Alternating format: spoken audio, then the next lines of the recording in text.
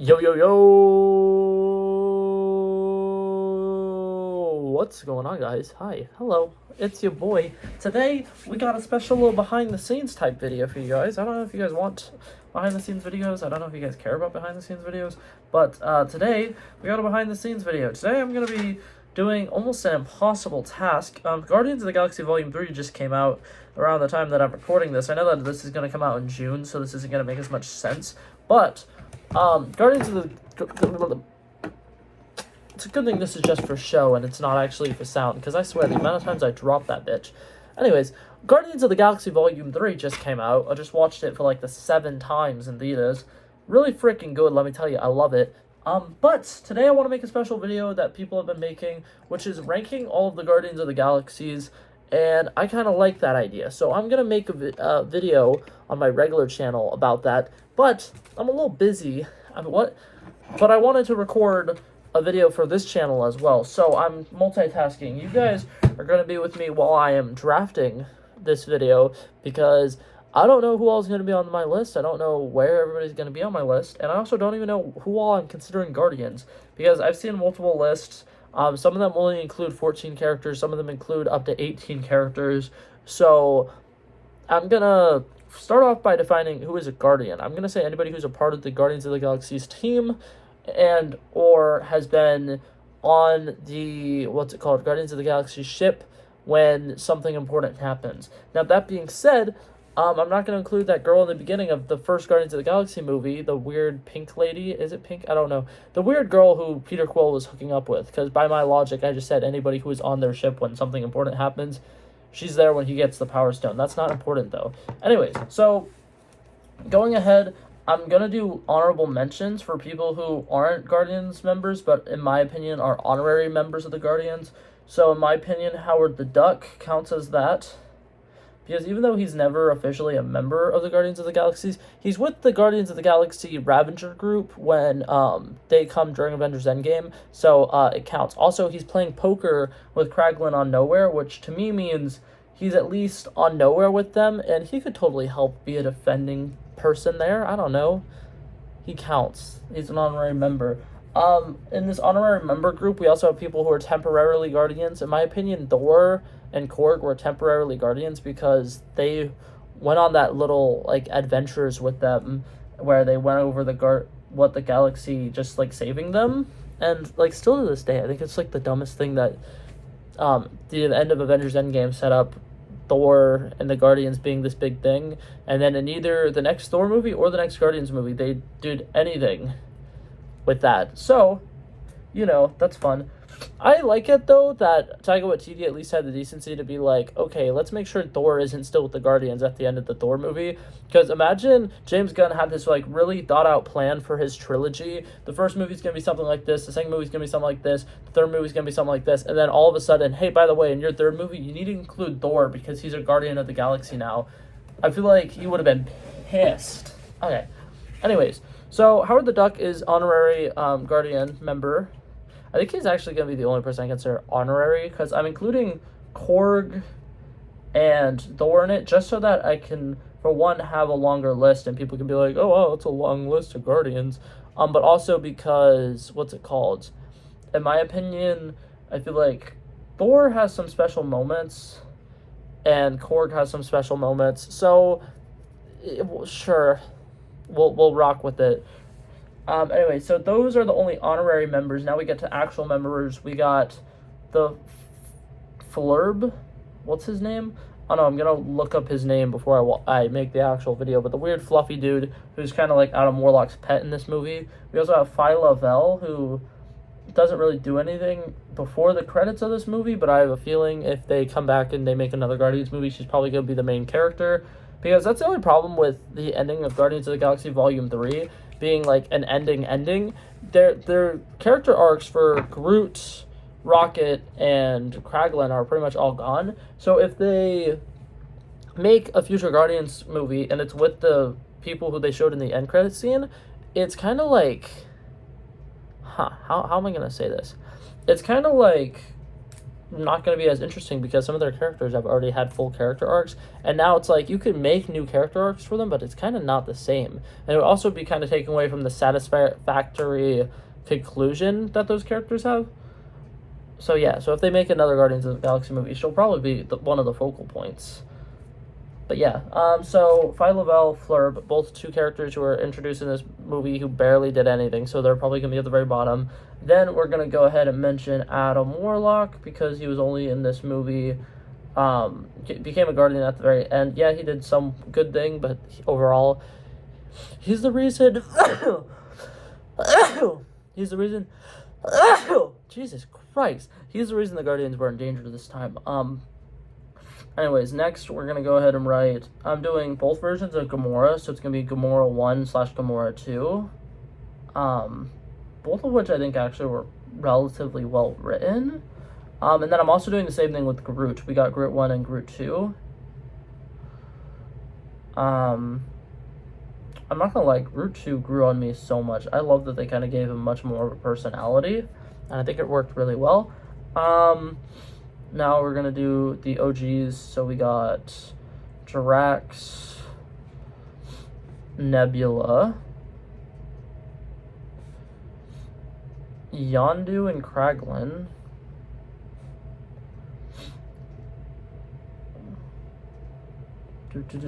and then we got Star-Lord and Rocket, and then we got Mantis, I think is the last one. Is that officially everybody? Hold up, let's see. That's 1, 2, 3, 4, 5, 6, 7, 8, 9, 10, 11, 12, 13, 14, 15, 16, 17. I'm going to be ranking 17 people. Is that good? I think that's good. Okay, so starting off 17th, we're going to put Howard the Duck as the last place spot, because honestly, when I do my ranking for my video, he's probably not even going to be on it. Number 16, I'm doing Korg, because he's one of the most unnecessary characters in the MCU, and I honestly wish that when they killed him off in Love and Thunder, they actually killed him off. 15, I'm going to do the weird... I'm going to do the weird fluffy dude, because he's just like a pet. He doesn't really do anything, but he's there. So that guy. 14, we're going to do Phi Lavelle, because, like I said, I imagine she'll be an important character in the future, but obviously in this movie she hasn't done anything yet. 14, we're going to go ahead and do... Now, this is tough, because it's between Thor or Adam Warlock, because Adam Warlock was only in one movie, and then Thor... Okay, we're going to do Adam Warlock. So, because they did the creation of Adam thing with Adam Warlock. Like, that's so fucking dope. Okay, anyways, not the point. Then we're going to go ahead and do number 12. It's going to be Thor. Then 11, this is where it actually gets hard. This is where I need to, like, put in thought process, and I need to struggle a little bit. I'm thinking Gamora 2, because although she is cool, and, like, the arc that they give her throughout the story is pretty interesting, she kind of is just like a bitch, a raging asshole for no fucking reason, basically. And it's kind of really annoying. Oh, I forgot Cosmo. I knew I was fucking forgetting one. We're going to do Cosmo is number 11, and then Gamora 2 is number 10. Because I had Gamora, what's it called? I did a rough draft of this before, and what's it called? Gamora was my number 10. So that's why, like, I got to this, and I'm like, I think Gamora's next, but, like, I feel like I'm missing something. So Cosmo is going to be number 11. Gamora 2 is going to be number 10, because she does have some interesting things, and she does bring some things to the table, like her violence, and then also, what's it called? She does technically get them into the place that they need to get to. The Oscorp, whatever it's called. It's not Oscorp, but it's so similar to Oscorp that I'm like, you guys should have renamed it. But that's okay. So Gamora 2 is going to be my number 9. I mean, my number 10. Number 9, I'm thinking... I'm really tempted to put... Man, this is going to get really hard. I'm going to put Kraglin at number 9. I love Kraglin a lot, but overall he really does not do enough that I can justify having him much higher. So Kraglin's going to be right there at number 8. Um, I really like both versions of Groot. Part of me is like thinking along the thought process of, well, I did Gamora 2 soon, so I should do Groot 1 soon. But that being said, his sacrifice is so meaningful. Yeah, for number 8, we're gonna go ahead and do.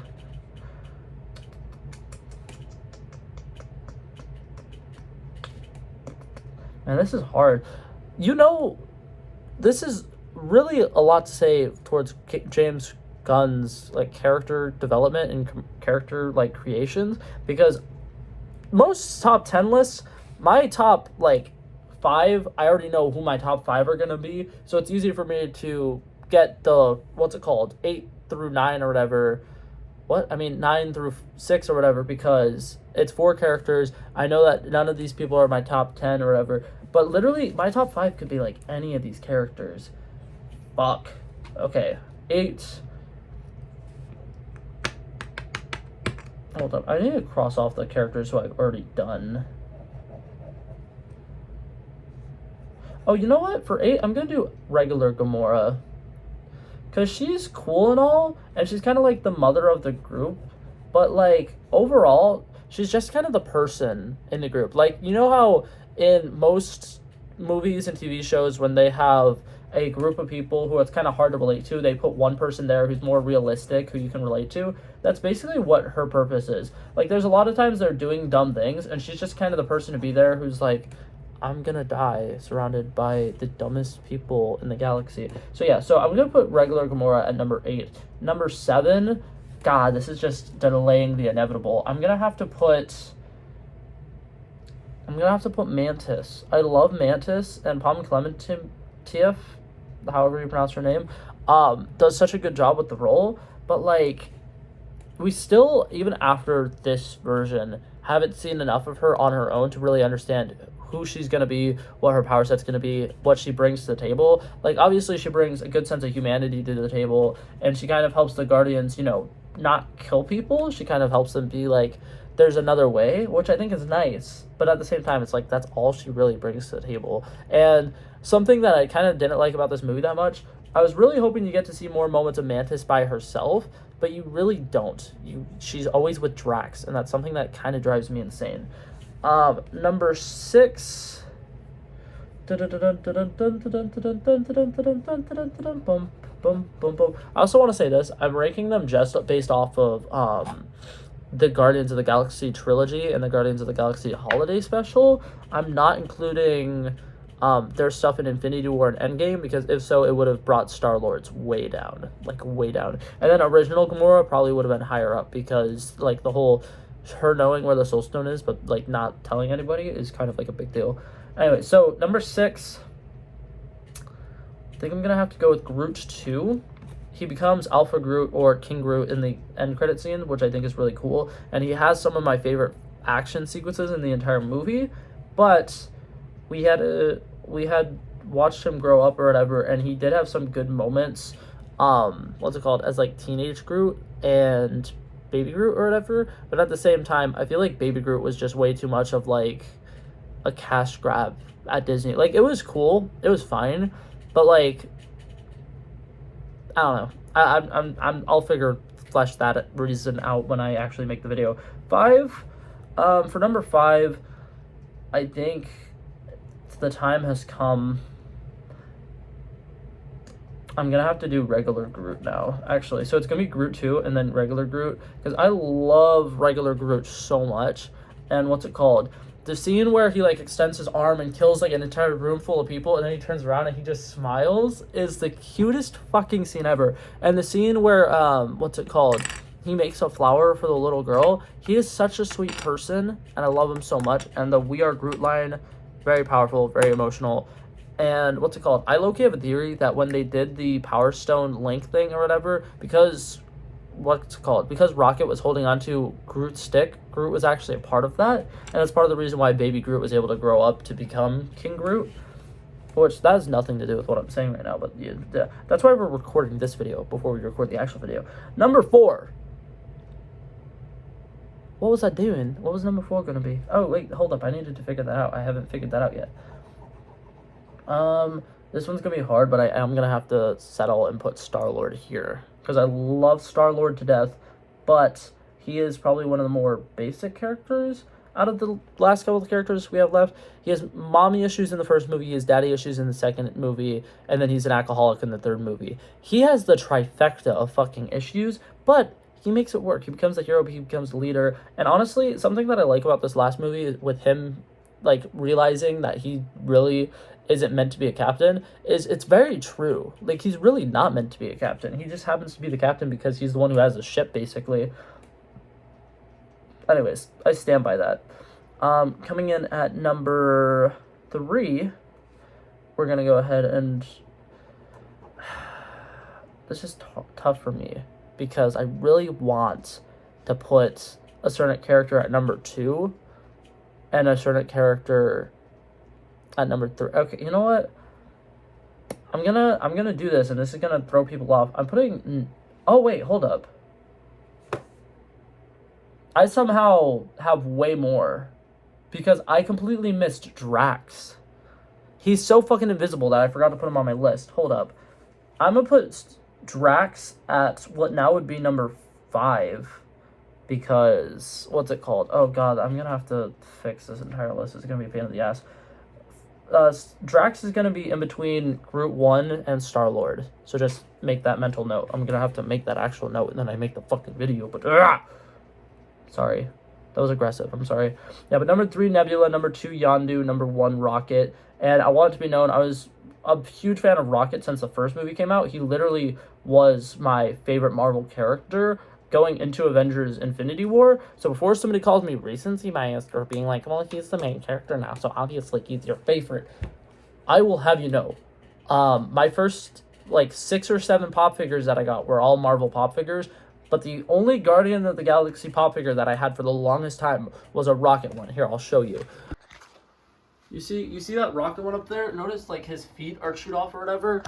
That's a pop figure from the first Guardians of the Galaxy movie, and I still have it, and I love it to death. It's one of my favorite pop figures. He's one of my favorite characters. He literally also was my dude on, what's it called? Disney Plus, where you can, pick your icon and make it a certain character. He's been my character on Disney Plus since, 2 years ago, so don't give me that recency bias bullshit. But yeah, that's my list. So yeah, if you want to see it broken down and actually neat and organized, I'll put a link to my old video that I made on my other channel because I don't feel like reading through them again. So thank you guys so much for joining me in this little video. I love and appreciate you guys, and I will hopefully see you guys in the next one. Peace out, Girl Scout. Wow.